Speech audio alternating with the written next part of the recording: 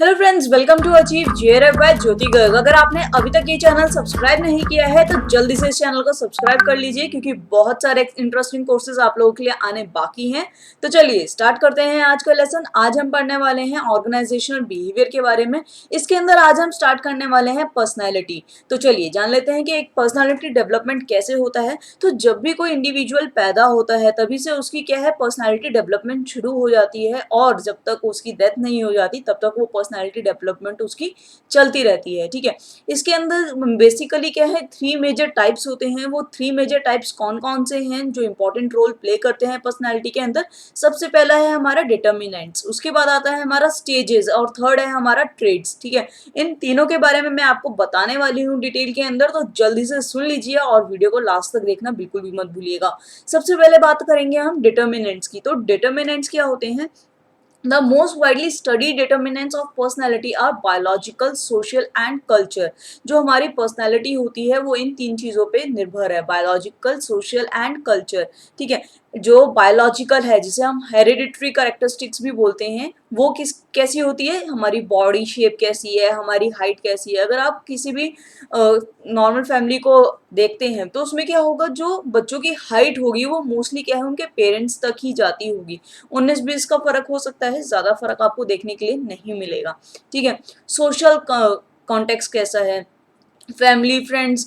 Mostly आप लोगों ने देखा होगा कि जो आपके फ्रेंड्स हैं वो मोस्टली क्या है, आपके जैसे ही हैं। मतलब जितने क्रेजी आप हैं उतने क्रेजी आपके दोस्त भी आपको मिल जाएंगे। ठीक है, और cultural context in the sense कि आप कौन से रिलीजन को मानते हो, वैल्यूज जो आप मानते हो, आप मोस्टली उन्हीं लोगों के साथ ज़्यादा ज़्यादा इंटरेक्ट करना पसंद करोगे, इन विच पीपल ग्रो अप।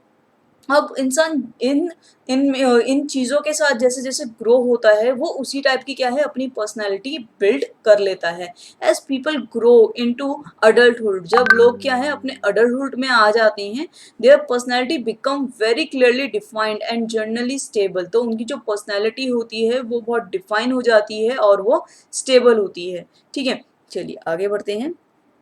आगे बात कर रहे हैं हम स्टेजेस की, स्टेजेस एंड ट्रेड्स की। स्टेजेस एंड ट्रेड के अंदर क्या है, स्टेजेस एंड ट्रेड के अंदर जो है 4 टाइप की स्टेजेस की बात कर रहे हैं। और ये कौन बात कर रहा है? सिगमॉन्ड फ्रेंड। ठीक है, सिगमॉन्ड फ्रेंड ने क्या है, ह्यूमन पर्सनालिटी के अंदर 4 टाइप की स्टेजेस देखी हैं। सबसे पहली है हमारी डिपेंडेंट, उसके बाद है हमारी कंपल्सिव, उसके बाद ऑडिपल एंड देन मेच्योर। ठीक है, तो ये 4 स्टेजेस हैं जिससे इंसान क्या है, अपनी पर्सनैलिटी डेवलप करता है अकॉर्डिंग टू सिगमॉन्ड फ्रॉइड।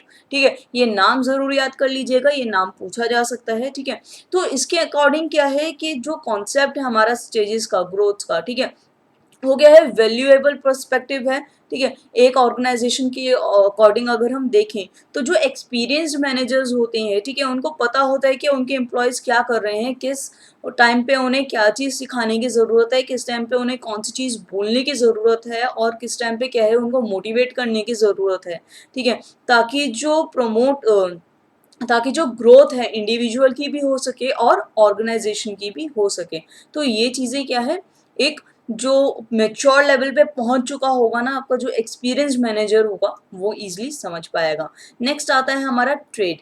ट्रेड के अंदर क्या है, ट्रेड का मतलब होता है पर्सनालिटी जो पर्सन की इन बिल्ड होती है। ठीक है, जो ट्रेड्स होते हैं वो काफ़ी लोगों के इन बिल्ड होते हैं, जो बहुत ज़्यादा हेल्प करते हैं आपकी पर्सनैलिटी फॉर्मेशन में। ठीक है, according to some trait theories all people share common traits. एक मोस्ट जो हमारी थ्योरी होती है उसके अकॉर्डिंग क्या है कि लोग क्या है, कॉमन ट्रेड्स शेयर करते हैं। सोशल, पॉलिटिकल, रिलीजियस, अर्थेटिक प्रेफरेंसेस जो होती हैं उनकी सेम होती हैं, लेकिन कुछ इंडिविजुअल्स ऐसे होते हैं जो कि दूसरों से अलग होते हैं। ठीक है, उनकी पर्सनालिटी अलग होती है, इसलिए वो अलग से ही आउटशाइन करते हुए हमें नजर आ जाते हैं। अब हम बात कर रहे हैं कि पर्सनालिटी के वो कौन कौन से फैक्टर्स होते हैं ऑर्गेनाइजेशन के अंदर। Some of the important personality factors that determine what kind of behavior are exhibited at work including the following। अब कुछ पर्सनैलिटी फैक्टर्स की बात कर रहे हैं जो कि हम देखते हैं ऑर्गेनाइजेशन के अंदर। ठीक है, अब वो खाली अभी मैं आपको नाम नाम बता रही हूँ, जैसे कि नीड पैटर्न हो गया। ठीक है, नीड पैटर्न, और हमारा है locus of control, introversion and extroversion, tolerance of for ambiguity, self esteem and self concept, authorizations and dogmatisms, risk propensity, Machiavellianisms, types A and B personality, और हमारा वर्क एथिक ओरिएंटेशन। तो ये क्या चीज़ें हैं इसके अंदर अगर आप देखें तो ये सारी चीज़ें जो है मैं आपको डिटेल में कराने वाली हूँ, लेकिन अपने नेक्स्ट लेसन के अंदर।